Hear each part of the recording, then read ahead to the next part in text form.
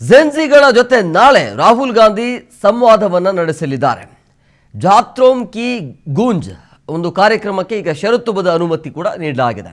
So ಹಂಗಾಗಿ ಕಾಂಗ್ರೆಸ್ನ ನಾಯಕ ರಾಹುಲ್ ಗಾಂಧಿ ಇವತ್ತು ಪ್ರಯಾಗ್ರಾಜ್ನಲ್ಲಿ ಝೆನ್ಜಿ ಯುವಕ ಹಾಗೂ ವಿದ್ಯಾರ್ಥಿಗಳ ಜೊತೆ ಸಂವಾದವನ್ನು ಮಾಡ್ತಾರೆ. ಇವತ್ತೇ ಸಂವಾದ ಇರುತ್ತೆ.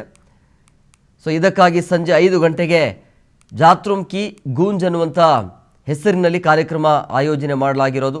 ಸೊ ಹಂಗಾಗಿ ಈ ಕಾರ್ಯಕ್ರಮದಲ್ಲಿ ವಿದ್ಯಾರ್ಥಿಗಳ ಸಮಸ್ಯೆಗಳು, ಶುಲ್ಕ ಹೆಚ್ಚಳ, ಸೀಟು ಕಡಿತ, ಅದರ ಜೊತೆಗೆ ಉದ್ಯೋಗ ಮತ್ತು ಯುವಕರ ಭವಿಷ್ಯದ ಬಗ್ಗೆ ರಾಹುಲ್ ಗಾಂಧಿ ಸಂವಾದವನ್ನು ನಡೆಸಲಿದ್ದಾರೆ.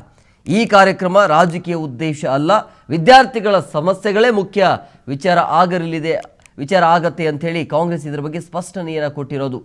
ಯಾವುದೇ ರೀತಿಯಾಗಿ ರಾಜಕೀಯ ಕಾರ್ಯಕ್ರಮ ಅಲ್ಲ ಇದು, ಅಂದರೆ ವಿದ್ಯಾರ್ಥಿಗಳ ಸಮಸ್ಯೆಯೇ ಮುಖ್ಯ ವಿಚಾರವಾಗಿರಲಿದೆ ಅಂತ ಕಾಂಗ್ರೆಸ್ ಹೇಳಿರೋದು.